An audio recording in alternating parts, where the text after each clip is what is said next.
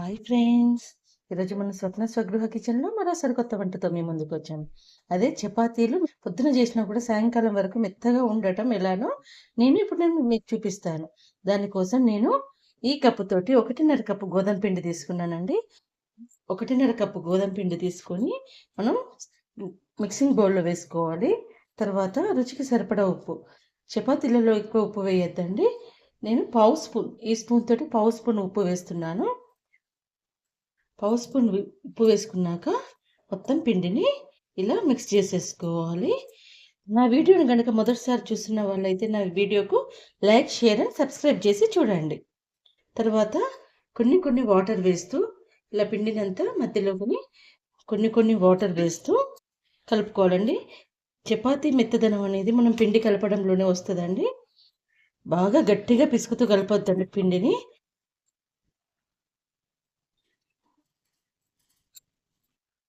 చూడండి ఇలా మొత్తం వాటర్ వేసుకొని సరిపడా వాటర్ వేసుకొని కలుపుకోవాలి. ఇట్లా అరచేయితోటి కలుపుకోవాలండి ఎప్పుడు కానీ పిండిని. సాఫ్ట్‌గా రావాలి పిండి అంతా సాఫ్ట్‌గా రావాలి. ఒక 10-15 నిమిషాలు నుంచి ఇట్లా కలుపుకుంటే మనకు చపాతీ అనేది ఎంత స్మూత్‌గా వస్తదంటే అంత స్మూత్‌గా వస్తది. పిండి కలిపేటప్పుడు నేను చెప్పినట్టు ఇట్లా కొంచెం మనం వంటకు వాడే నూనెనండి. కొంచెం ఒక 2 టీ స్పూన్లంతా వేసుకొని కలిపితే పిండిని చపాతీ చాలా మెత్తగా వస్తదండి. ఏ హాట్ బాక్స్‌లో కూడా పెట్టనవసరం లేదు.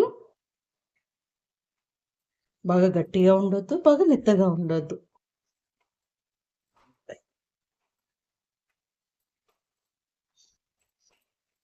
ఇట్లా ఒక 10 నిమిషాలు మంచిగా కలుపుకొని పక్కకు పెట్టుకోవాలండి పిండిని. మూత పెట్టేసి పక్కకు పెట్టేసేయాలి.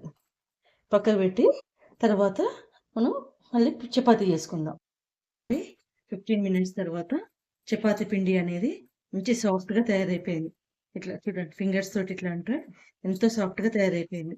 ఇప్పుడు మనకు ఏ సైజులో బాల్స్ కావాలనో ఆ సైజులో బాల్స్ చేసుకుందాం. చేతికి పిండి అంటకుండా ఉండడానికి కొంచెం ఆయిల్ రాసుకుంటే చేతికి పిండి అంటదు. చూడండి ఇలా కొంచెం ఆయిల్ రాసుకొని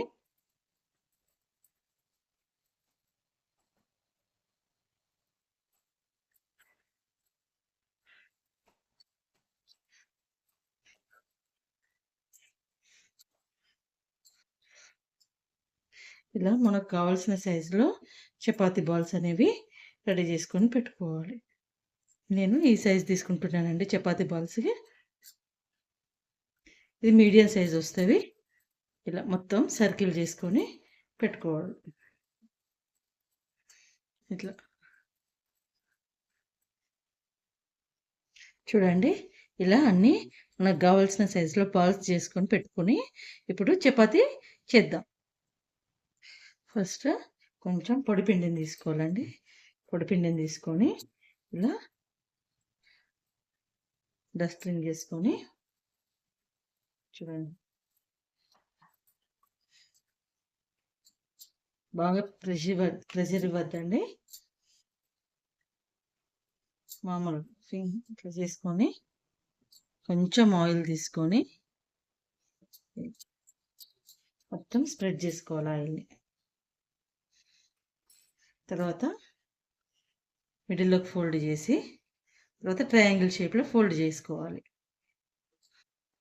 తర్వాత ఇంకొంచెం పొడిపిండి వేసుకొని ఎక్కువ వేసుకోవద్దండి పొడిపిండి. ఇంతే ఈవెన్గా చపాతీని తిప్పుకుంటూ రుద్దుకుంటే మాకు చపాతీ అనేది రెడీ అయిపోతుంది.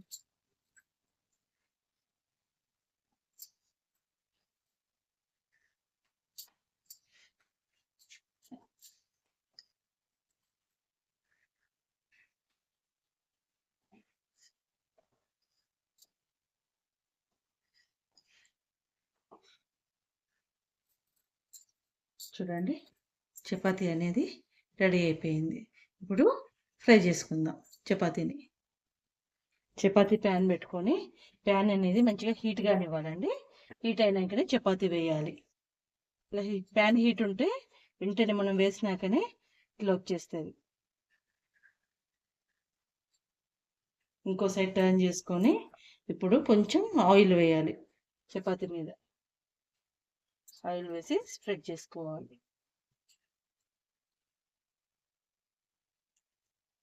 ఎట్లా పొంగుతుందో చూడండి. మంచిగా బబుల్స్ వస్తున్నాయి మెత్తగా. ఇప్పుడు ఇటు సైడ్ కూడా ఆయిల్ వేసుకోవాలి.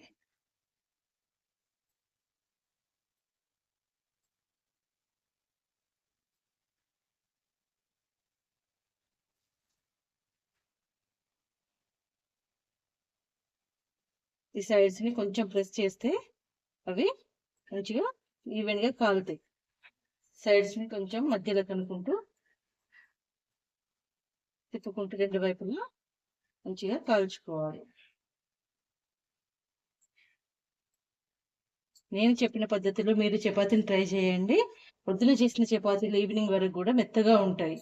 ఇలా మీరు కూడా చపాతీ చేసుకొని ఎలా వచ్చిందో నాకు కామెంట్ బాక్స్లో కామెంట్ పెట్టండి. చూడండి, ఇలా సాఫ్ట్గా మెత్తగా ఉండే దూది లాంటి పొరలు పొరలుగా వచ్చే చపాతీ మీరు కూడా చేసుకొని ఎలా వచ్చిందో కామెంట్ బాక్స్లో కామెంట్ పెట్టండి. నా వంటలు నచ్చితే నా ఛానల్కి లైక్, షేర్ అండ్ సబ్స్క్రైబ్ చేయండి. స్వప్న స్వగృహ కిచెన్. Thank you.